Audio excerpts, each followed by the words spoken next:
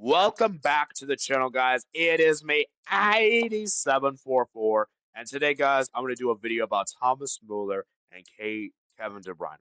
So both of them have announced their decisions to leave at the end of the season, and today we're going to be discussing about how do I feel about both of these players and where does history rank them and all that. So we're going to be doing this together, guys. And the reason why I'm doing together, guys, is because both of them have announced their kind of departures kind of around the same time. So I felt like, you know what, it's just better if we just combine both of them together. So let's start with KDB first. So let me get my image up here. So KDB. So here's the thing with KDB, guys.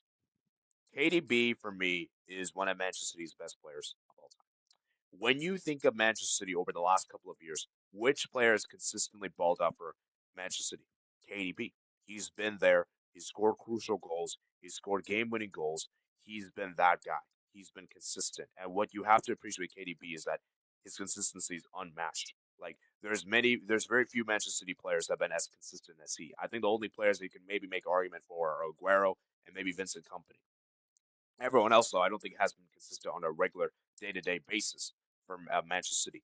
And the thing is, obviously, KDB hasn't been as good for Manchester City in the last couple of years. Obviously, Manchester City have he's been injured a lot and he hasn't played as much. So obviously, you can tell he is declining. And right now, he's 33 years old, of course. And so obviously, longevity-wise, he doesn't have the best longevity. But when he's fit, he's very good. He's a very good player. He's a very, very good player, and he's always delivered in top six games. He's always delivered in top six games. And name it, the crucial Champions League games like PSG, he's delivered in. He's delivered against Real Madrid. He's delivered in those Champions League knockout games in particular, which I think most Manchester City players just really haven't, if we're being honest with you guys. Most Manchester City players are not that amazing in knockout stage Champions League matches. So KDB is just definitely up there. Now the question remains, where does he rank among all-time Premier League players? Now let's look at the midfield in particular because I think the forwards and defenders and goalkeepers is very difficult to compare since they play in different positions. So let's look at his counterparts. The players they could probably put for the other teams are Liverpool. You got Steven Gerrard. For Chelsea, you got Frank Lampard, and for Man United, you got Paul Scholes. Now the problem is Paul Scholes doesn't play the same position as KDB. Paul Scholes is more of a center mid that can attack and defend. KDB obviously is a camp, so we can't really compare with him that. And Steven Gerrard is very similar to Scholes. He's not a cam per se. So the like for like player you can compare is Frank Lampard. And for me, when I look at these two players, I do believe KDB is better than Lampard. I do believe KDB has been far more consistent than Lampard. Although Lampard is really good, guys. I think Lampard is very good. It's really difficult because I think both of them are around the same. Both of them are kind of around there, but I do feel like KDB has been more instrumental, more clutch per se, and I think he's been more consistent than Lampard. But Lampard is still very good though. So, it's interesting. Now the question remains, guys, is that is he Manchester City's best player of all time? I still say no. I still think Aguero is still higher. I still think Company is higher just because they were there for the rebuild from the very beginning, whereas obviously he came in like midway through the rebuild. He came in 2016, and where those guys were there before 2012, and obviously 2012 was a breakthrough mode when Manchester City finally won the Premier League for the first time ever. And you can even maybe make an argument David Silva's better. Now I do believe he's better than David Silva, but you can make an argument that David Silva has done far more for City than KDB, because he's been there for a longer period of time. So yeah, KDB, as I said, man, a great player, instrumental player, and I do think he is an amazing player. Now the question is he a football great? Because this is where it gets tricky, guys. Because when you look at players, because there's a lot of players that are good for the league, but are they good all time? I don't think KDB's up there. I do feel like players like Xavi, Iniesta is definitely superior. I would even say Modric is probably superior. I would say Toni Kroos is probably superior. I would say Pirlo is probably Pirlo's not really this generation; he's the last generation. But still, I don't think KDB's up there. And the reason is because I think those players are far more technical gifted, and I think these players have done it in a consistent basis for both club and country. And I think it's the thing that's going to hurt KDB the most in his legacy is the country aspect. He doesn't have a great solid tournament for Belgium. Just never really showed up for Belgium from the start to the finish. Um, and that's a big problem because I think if he had done so, I think people would have pushed him in that conversation. It's just that he doesn't really have like a standout moment, like a standout tournament for Belgium. Like when people think about his moments for Belgium, they think of the goal against Brazil, but there's no like standout individual tournament. Like, yeah, that's that guy.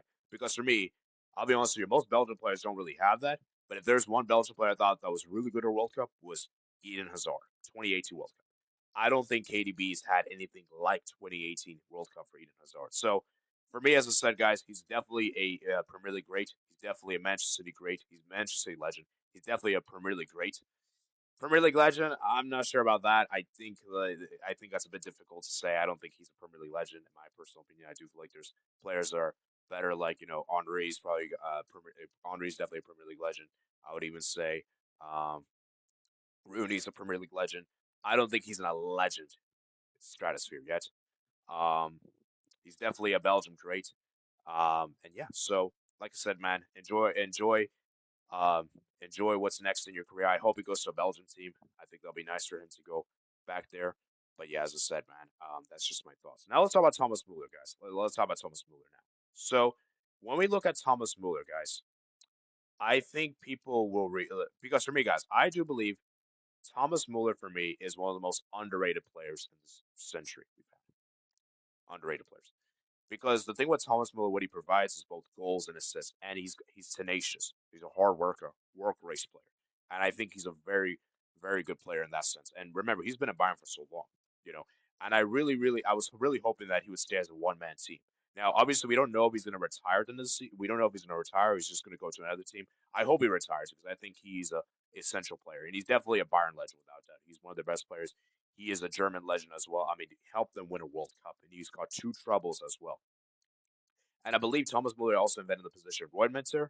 I might be butchering that, but he also is instrumental in that sense. He can play as a cam, he can play as a striker, he can play as a right winger, and you name it, man. I think Thomas Muller for me is just an incredible player. Like I think we're not going to see many players like him. And what makes him so special is that he doesn't have the technical skills that most elite players have in this generation. He doesn't have the technical skills like Iniesta, Xavi, Modric, and etc. But what he makes up for is his goal scoring, his leadership, his personality. And I think it's another thing people don't talk about. His personality is really fun. He's a really fun player to talk with. He's a crap houser.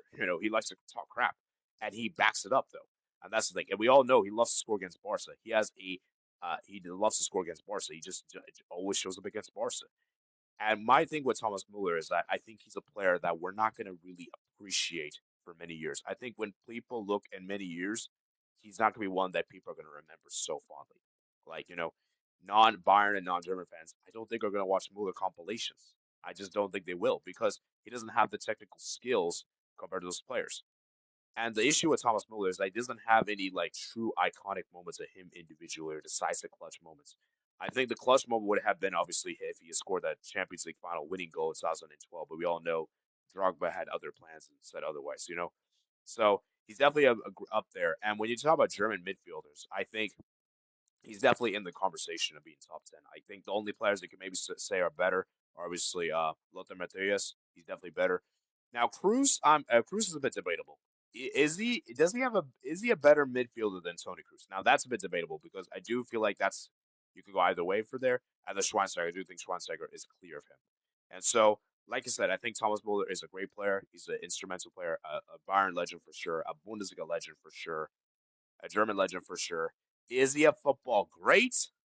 I'm gonna say no. I'm gonna say no. I just don't feel like he has the technical skills compared to those other guys I mentioned, and I don't think he is going to be well remembered in that sense. But he's definitely on like the tier below it. I'll probably say him and KDB are probably the tier below legends, but not quite legends. I'll say, and legends are very high tier players, and I don't think he's there yet. So like I said, guys, very interested to see what happens with these two players. I think both these players are amazing in their own ways, and I think we have to respect both of them because the consistency and the amount of loyalty both these players have had to their teams has been unmatched. And it's crazy that next season we're not going to see both Thomas Muller and KDB at Bayern and Manchester City respectively. So I hope you guys did enjoy this video, guys. We're definitely going to talk about this on the weekend recap stream.